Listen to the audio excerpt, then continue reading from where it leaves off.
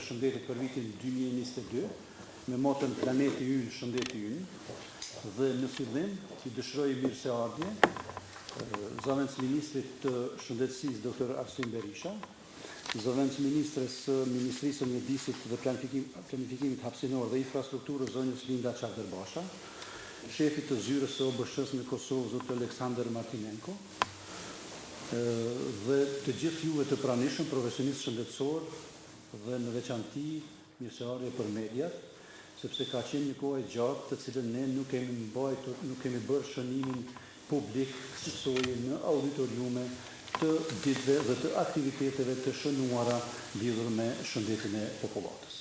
Andaj edhe një herë dëshiroj mirëseardhje dhe është kënaqësi e posaçme që pas një intervale të gjatë po rifillojmë me shënimin real dhe fizik të ditëve që kanë të bëjnë me ruajtjen e shëndetit të popullatës së Republikës së Kosovës për ruajtjen e shëndetit në përgjithësi.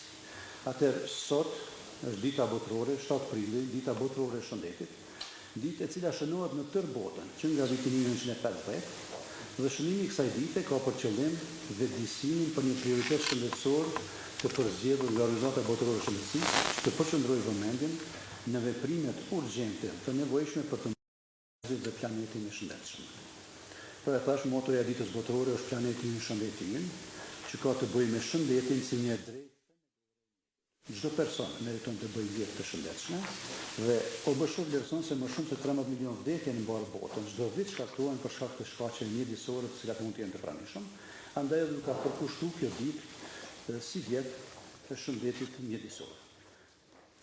Globalisht vendimet politike, sociale dhe tregtare kanë nxitur krizën klimatike dhe shëndetësore dhe mbi të papastër që vjen nga djegja e lëndëve të dioksidit të fëngjillit, nafta e lëndëve të kimikale të tjera. Me ngrohjen globale gjithashtu, mushkonjat që përhapin sëmundje dhe të shtuar sikur më parë.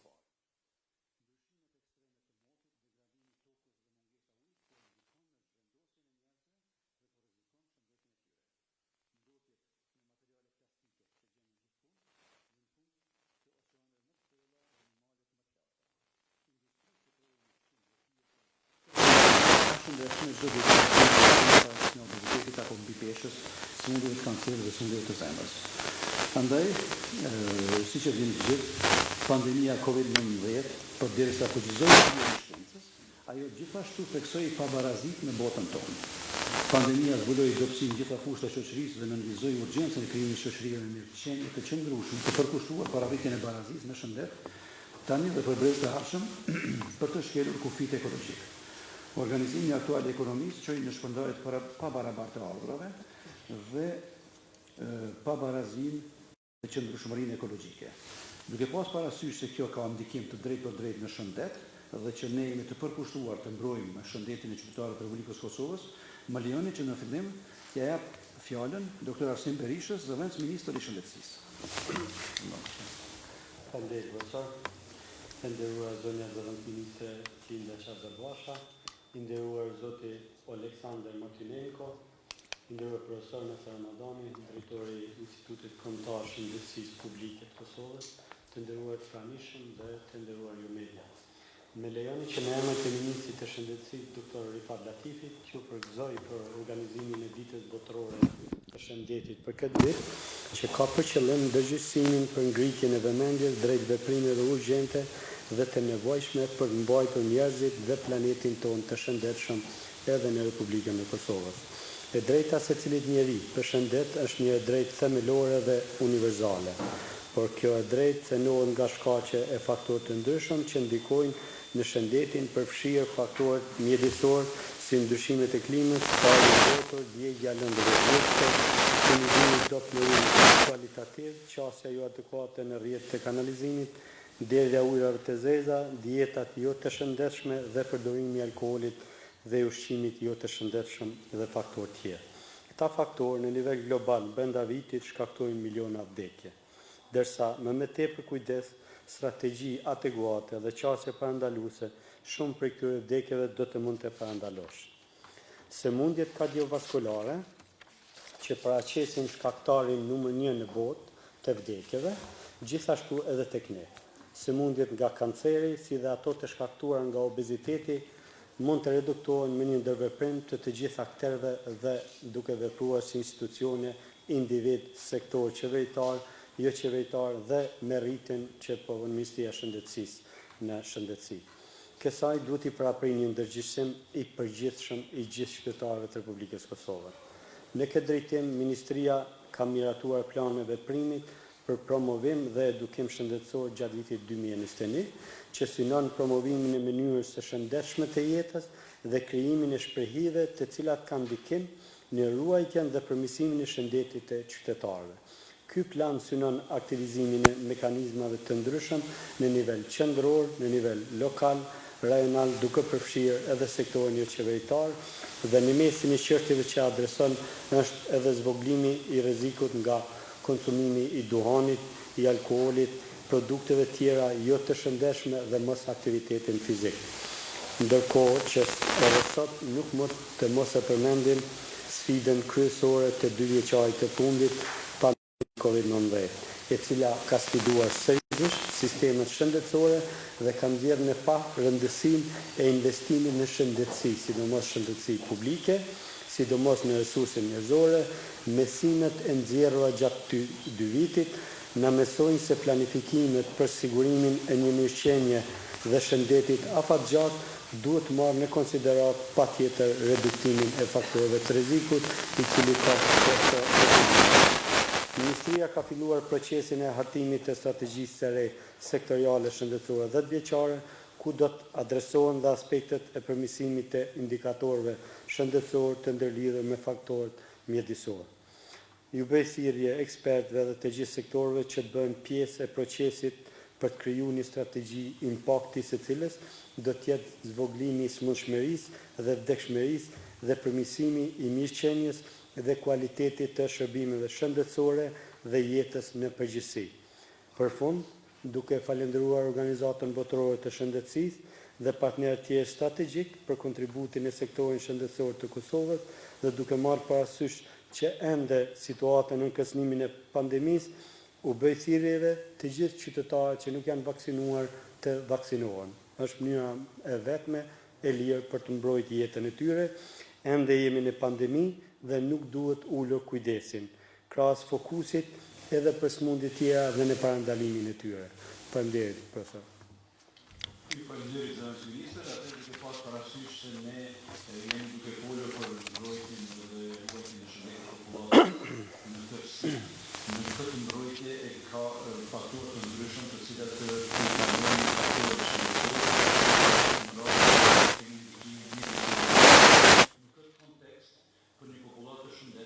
Duhet të jetë një mjedis shëndetësor i shëndetshëm dhe i sigurt. Andaj sot me ne është zëvendës ministresha e Ministrisë së Mjedisit, Planifikimit Hapësinor dhe Infrastrukturës, zonja Dita Botërore.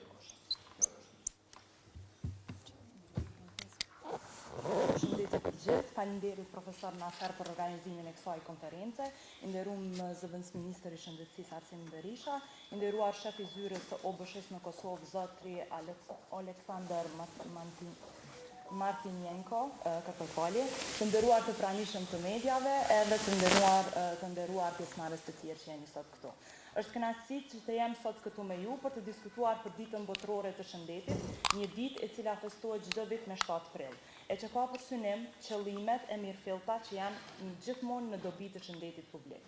Çdo vit për këtë datë zgjidhet një temë e cila nxjerr në fushë me prioritet e që është shqetësuese për Organizatën Botërore të Shëndetësisë, mirë po edhe për ne.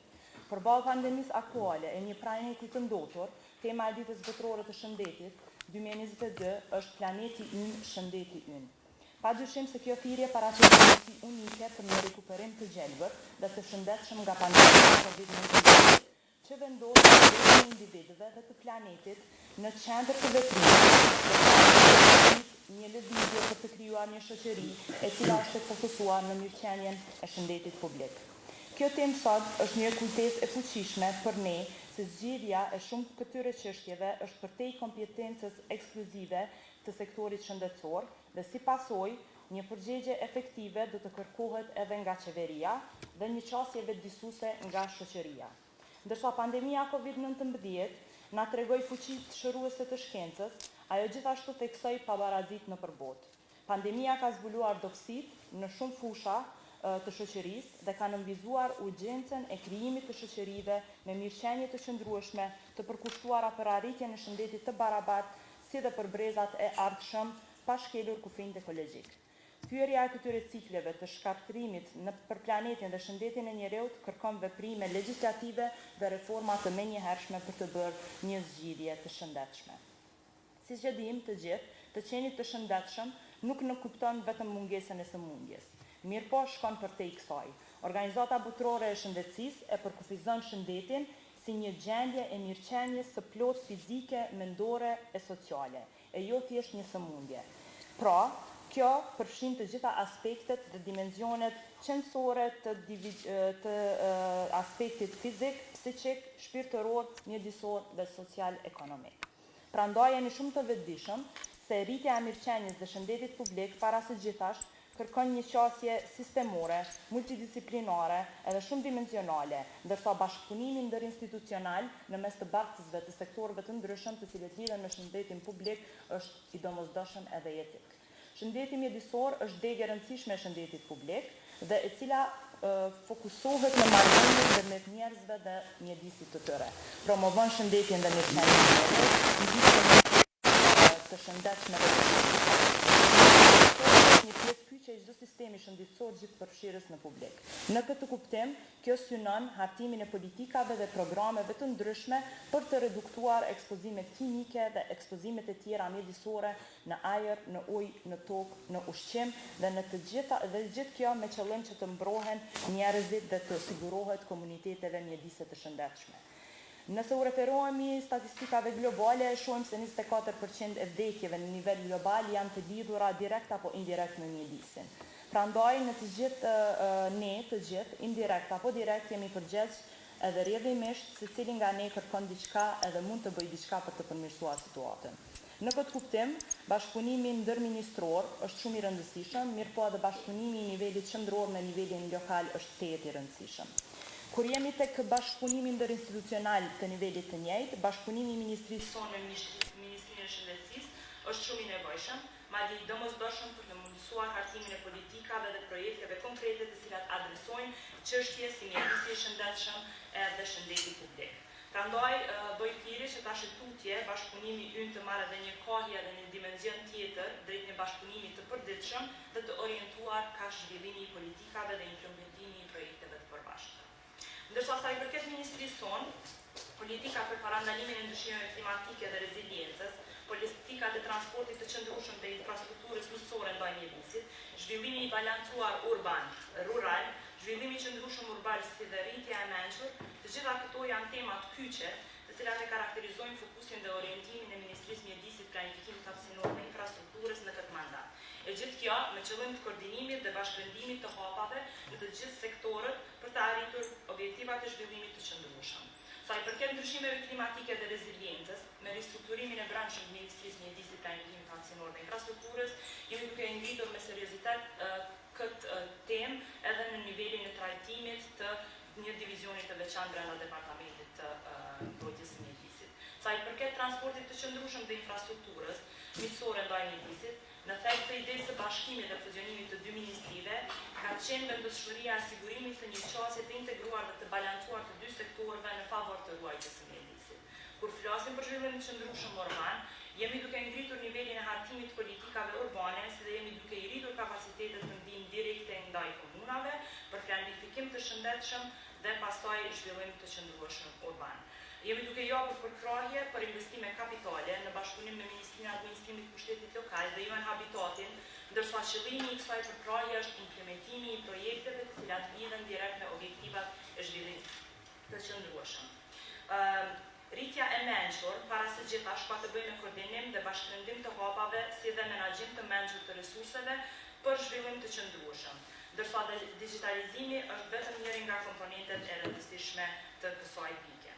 Agenda e gjelbër dhe objektivat e zhvillimit të qëndrueshëm jo vetëm se përfshin një aspekt të rëndësishëm të procesit tonë të integrimit në Bashkimin Evropian, mirë po veçanërisht sepse ka nevojë që gradualisht të fillojmë me adaptimin e praktikave të mira, siç është ulja e përdorimit të qymyrit, duke ruajtur pavarësinë tonë energjetike, ndryshimet klimatike, ruajtja e shëndetit publik, krijimi I qyteteve dhe komuniteteve të qëndrueshme, mbrojtja e jetës në ujë, në tokë dhe shumë të tjera. Ulja e emetimeve të dioksidit të karbonit dhe furnizimi I përgjithshëm me energji që ndihmon plotësimin e kërkesës sonë në rritje, e veçanërisht pas krizës energjetike që e patëm këtë dimër, si dhe investimi në burime të ripërtrishme janë prioritetet e qeverisë së Kosovës, që dukshëm do të ndihmojnë edhe në shëndetin e qytetarëve. Për më shumë, këtë vit është bërë sigurimi I lokacionit për një prej projekteve më të mëdha të energjisë diellore në Evropë, Solar for Kosovo, I cili po fillon të jetësohet në Kosovë. Ky është projekt I parë diellor në shkallë të gjerë në sektorin publik të Kosovës dhe I pari projekt I cili ka për qëllim diversifikimin e prodhimit të energjisë elektrike. Nga ky bashkëpunim I ndërsjellë do të përfitojnë drejt për drejt qytetarët e Republikës së Kosovës, me që rast do të sigurohet kyçje në rrjetin e ngrohjes qendrore për 12.000 familje dhe rreth 60.000 banor, do të reduktohet emitimi I dioksidit të karbonit për 40.000 ton në vit, do të shtohen kapacitetet për rreth 70 MW në sistemin e ngrohjes në Prishtinë, do të reduktohet kërkesa për energji elektrike për ngrohje dhe do të ndërtohen kolektor diellor për afërsisht me 69.000 metra katror. Shkurtimisht arrita të përmend vetëm disa gjëra të cilat kanë impakt në mjedis e varen prej Ministrisë së Mjedisit. Mirë po, për më tepër jam e hapur për pyetjet e juaja. Faleminderit. Ju faleminderit, zonja Zëvendës Ministre, për e patë ekspozetet e dy ministrive, të cilat praktikisht ndërlidhen me aktivitetet e përbashkëta që kanë të bëjnë me shëndetin dhe ambientin. Dhe kjo ndërlidhje, faktikisht kjo hall të bashkëpunimit është Instituti Kombëtar I Shëndetësisë Publike, I cili është institucioni më I lartë profesional dhe shkencor në lëmin e shëndetësisë publike në vend, dhe që tenton që bashkë me dy ministrit, po jo vetëm dy ministrit, po me gjithë dikastërët e qeverisë e Republikës Kosovës, që të realizojmë objektivat e parashtruara këtu në të mirë të ruajtjes së shëndetit qytetarëve të Republikës Kosovës. Në këtë kontekst, Instituti Kombëtar ka zgjeruar bashkëpunimin e vet dhe ka kërkuar edhe bashkëpunim profesional dhe shkencor me organizmat ndërkombëtar, e në radhë të parë, ajo që është drejt për drejt që ndërlidhet me shëndetin e qytetarëve është Dita Botërore e shëndetësisë, e cila faktikisht me qëllim të sigurimit të menaxhimit institucional dhe implementimit të aktiviteteve të parapara në strategjitë sektoriale të shëndetësisë të Ministrisë së Shëndetësisë, planin zhvillimor të resurseve humane dhe infrastrukturën ligjore dhe aktivitetet që kanë të bëjnë me përgatitjen dhe zbatimin e strategjisë dhe politikave shëndetësore, zgjerimin e programeve të promovimit shëndetësor, zhvillimin dhe avancimin e punës kërkimore shkencore dhe profesionale, është në bashkëpunim të ngushtë dhe të përditshëm me organizatën kombëtare të shëndetësisë. Për këtë, fjalën e ka shefi I zyrës së OBSH-s në Kosovë, zoti Aleksandër Martinenko.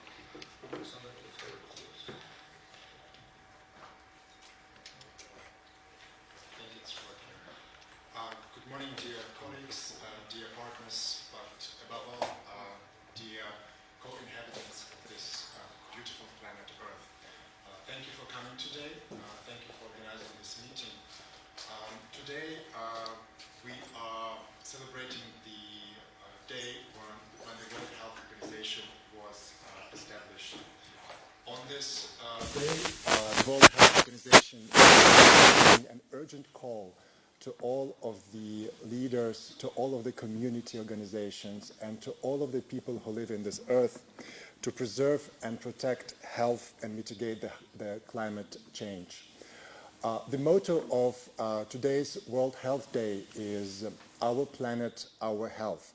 And it's very inspiring and encouraging to see that the representatives from the Ministry of Environment and the Ministry of Health are present here together jointly to join the world community to fight together the impact of climate change and the impact on health. It's not working? Okay, let me try this one. Great, thank you. At the time of highlighted conflict that we are currently experiencing in Europe and the overall fragility, we have witnessed one thing one more time. Everything in this world is interconnected. The problems, the solutions, and the people who basically cause these problems, but are also the answers to these solutions. In issuing today's call for action, I would like to note that 99% of all of the people around the world breathe unhealthy air. That's 99% of people. This is caused primarily by the exhaust from the fuel and from the fossil burnout. As a result, approximately 13 people die every minute because of lung cancer and because of cardiovascular diseases. Air pollution kills more than 500,000 people in the European region in WHO, basically ranging from Portugal all the way to Kyrgyzstan and from the Nordic countries all the way to Israel. That's 500,000 people die every year from air pollution. Our world is also becoming much more warmer, and for some, of course, it's a good thing because we don't need to buy more warm clothes. However, it also causes some of the diseases that are primarily located in the warmer parts of the world to migrate to places where they were not found before.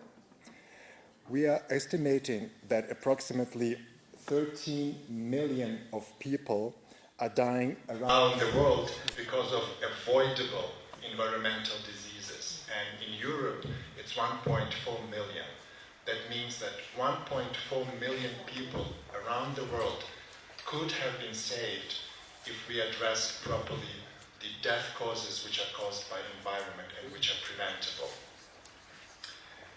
Climate crisis is the biggest single crisis in the health sector. Polluted water and sanitation is a problem of approximately 800 million people around the world. About a third of the people around the world don't have access to clean water, and about half of the entire world population, that's more than 3.5 billion people around the world, lack safe sanitation, which means that the waste that the humans produce come back to the humans themselves, and they suffer from this particular behavior.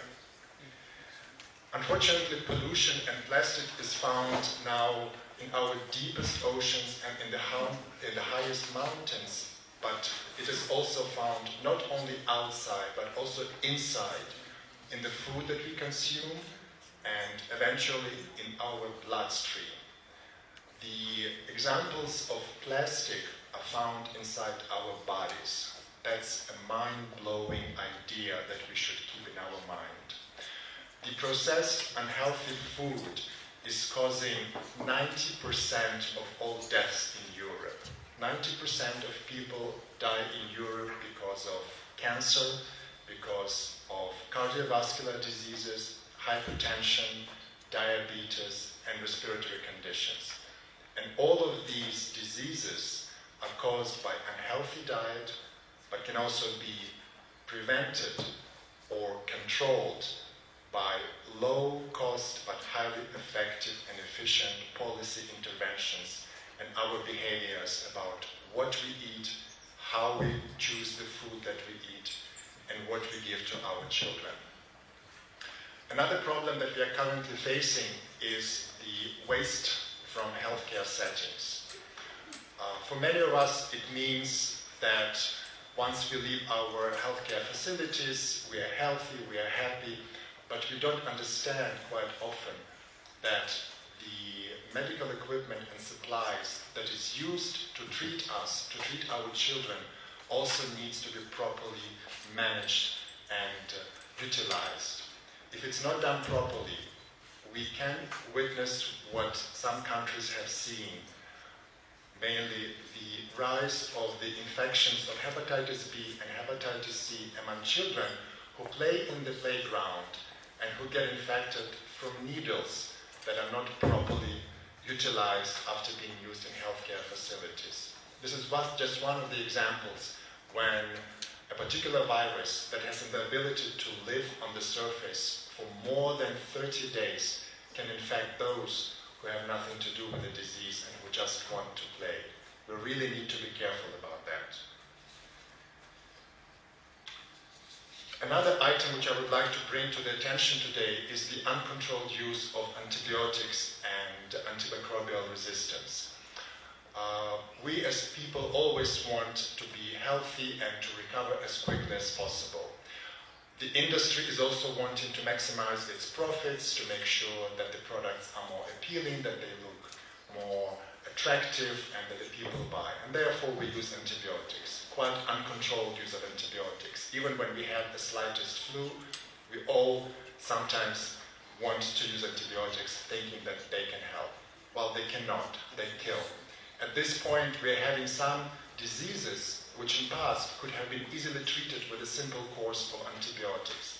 But because of our behavior, these diseases are no longer treatable, and people die because we don't have antibiotics anymore that actually can work, simply because we played with antibiotics and we played with fire and we got burned. Finally, a couple of notes about tobacco. Quite a few would be questioning why we are talking about tobacco when we are talking about the health and environment. Well, just a couple of numbers to keep in mind. Approximately 800,000 of kilograms of toxic trash each year is caused by tobacco waste. That's equivalent to 28,000 whales which we found in our oceans. That's the mass. Approximately 600 million trees globally are chopped away for the industry to produce 6 trillion cigarettes. And these 6 trillion cigarettes end in our beaches, in our gardens, and outside, and everywhere we can see 6 trillion cigarettes. The climate crisis is a health crisis, and our unsustainable choices in the way we treat the planet come back to our health. They come back to us. We definitely need all transformative solutions to make our individual choices that we can contribute in changing how we treat the environment, how we are responsible for our future, for the future of our children, grandchildren, and the generations to come.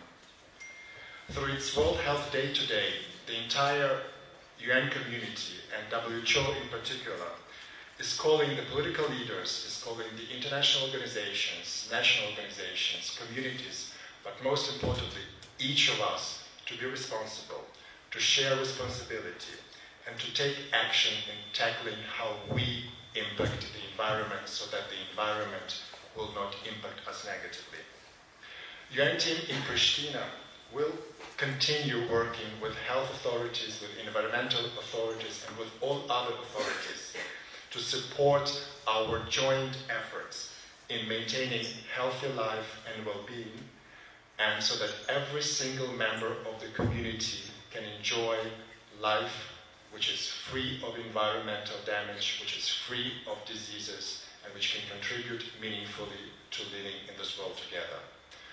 I will end my intervention with the same statement that I made at the beginning. We are all inhabitants of this beautiful planet Earth. We all want to live healthy and happy life. So let's make concrete actions. Let's make our choices in a way that they support me, you, our children, our neighbors, our friends, our enemies, but above all of us as a humanity. Thank you. Thank you, Alexander.